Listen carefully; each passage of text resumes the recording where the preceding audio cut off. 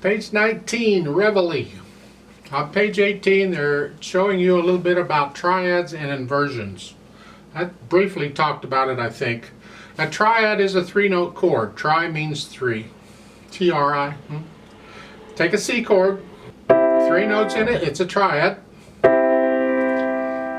I can rearrange the notes any way I want, it's still going to be a C chord. But with inverting it, you're simply turning it over.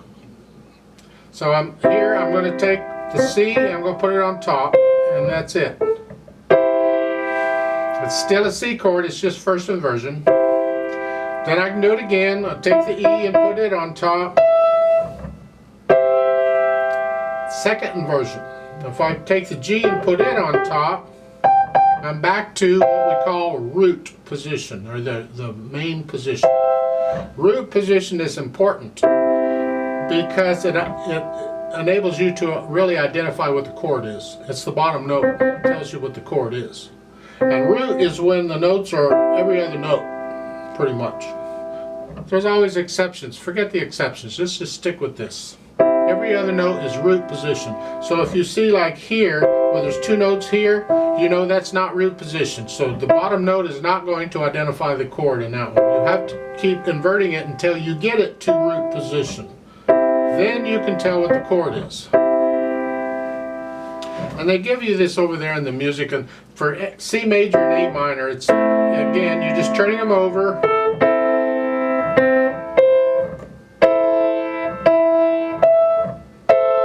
A minor, and I don't care. You get them in the music, that's all boring over there. Let's talk about Reveille. Cut time, or all abreve. In other words, it's in 2/2 time.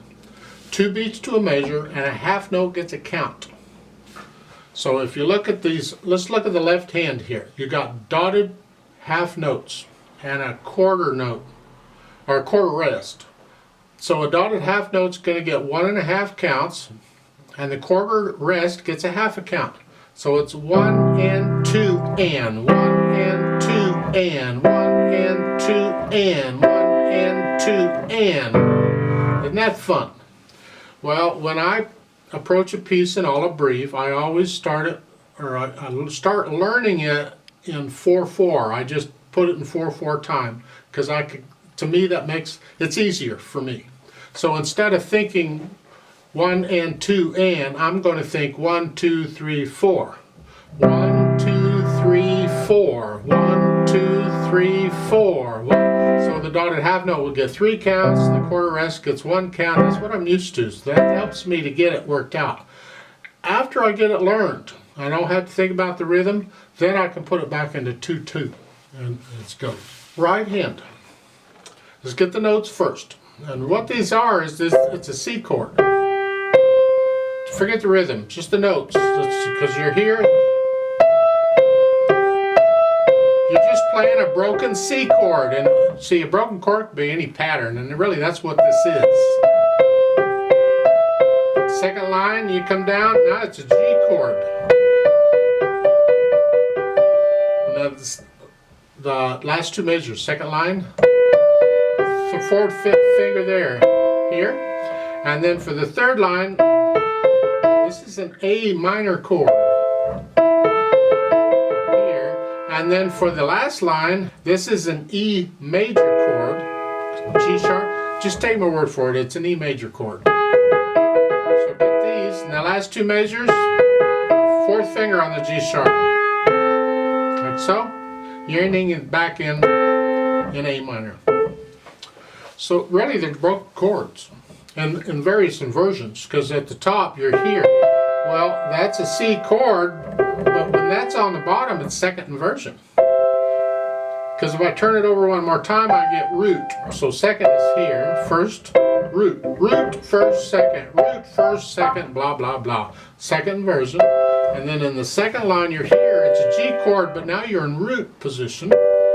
Third line, it's an E minor chord here, but again, you're in second inversion because that's the chord, E, but we're here. And at the bottom, this chord, this E major chord, that's root position here. If I had a G natural, that would be E minor. Sounds different, don't it? It's like the A minor. If I want A major, I just go, that's A major. C major was here. If I want C minor, I just, all I'm doing is changing the middle note. That's all. So you put them together slowly. Here. So you're in first or second inversion here, but root here. That's okay. Again, forget this rhythm for a bit. Let's just get these notes worked out. And then the next measure, the left hand comes up to first inversion. And then second inversion, left hand. And then now we're in A minor. So you're in C major here and A minor in here for one measure. And then the next line, you come way down here in the left hand, all the way down. And you're doing inversions in the left hand.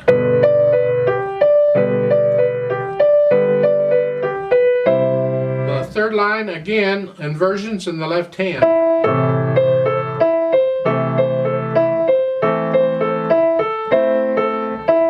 Line is just root position. So,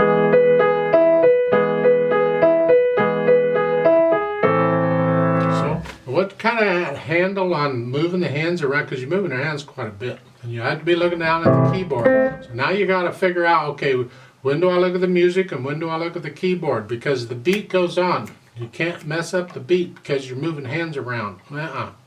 So you practice that. Well, the right hand isn't moving around, it's just got this pattern. I mean, it moves around a little bit at the end of the lines or so forth, but for the most part, while the left hand is doing inversions, the right hand is staying put, so you can focus more on the left hand. So maybe during the rest, during that you look down and see where you're going, because the right hand is steady. Anyway, once you get a handle on the notes, then we go back and put in the rhythm. I'm recommending, again, we do 4/4 time to start. So 4, 1 and 2 and 3 and 4 and 1 and 2 and 3. So it's just one, and it's repetitious. 1 and 2. That pattern is all over the place. 1 and 2. 1, 2, 3, 4. 1 and 2. You get it? I mean, it's all over. So then you can speed it up a little bit, and once you feel this rhythm, you have to count it. You feel it. So it's here.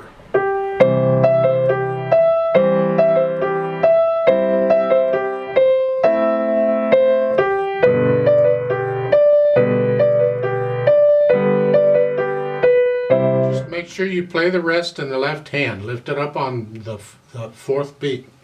Then once you have a handle on that, then you can put it back in all brief cut time. So we feel it in 2.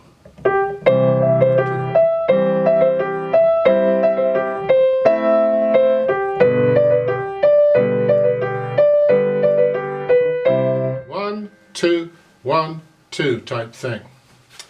Add the articulation. We got staccatos in the right hand here, and I recommend a light wrist staccato.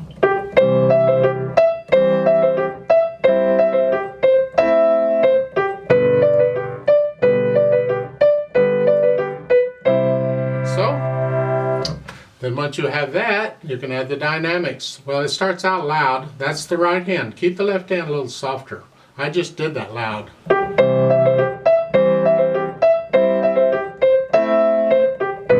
Third line, you're soft. All of a sudden, you're soft. That's the right hand, so the left hand has to be very soft.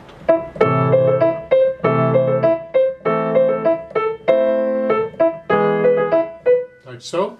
And the last 2 lines then are soft. Well, there's a DC Al fine at the bottom, at the end. DC means go back to the beginning. So we go back, it's like a repeat sign. Go back to the beginning. Al fine means go to fine, and the fine is at the end of the second line. You see the thin and thick bar line, that's end of a piece symbol? So you go back and play the first 2 lines again. How fast you go, automato is fast, animated, it's quick. Feel, well, it's a cut time, so you don't have to go too quick as far as the beat goes. Again, tempo isn't necessarily the beat. People get confused on that. Tempo is the overall feel of the piece. It's an animated feel. So how fast you go in order for the piece to feel animated.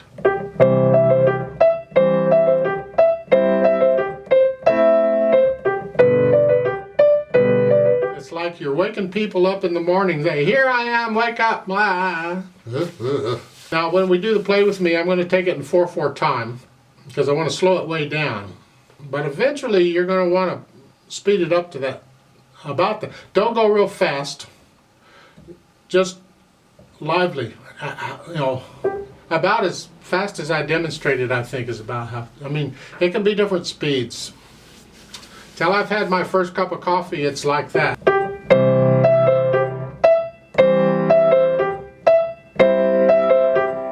That's animated to me. And then after a few cups of coffee,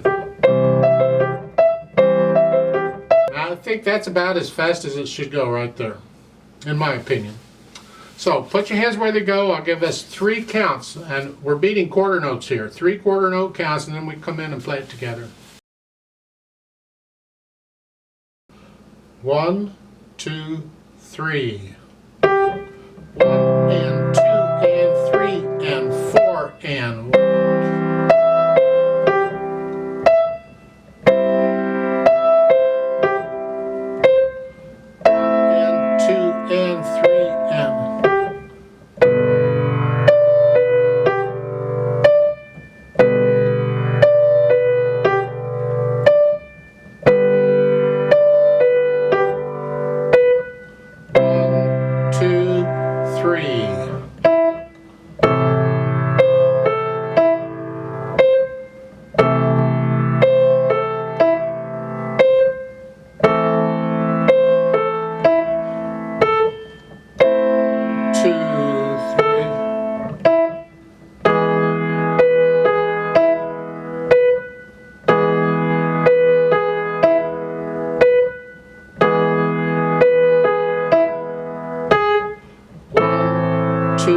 To the top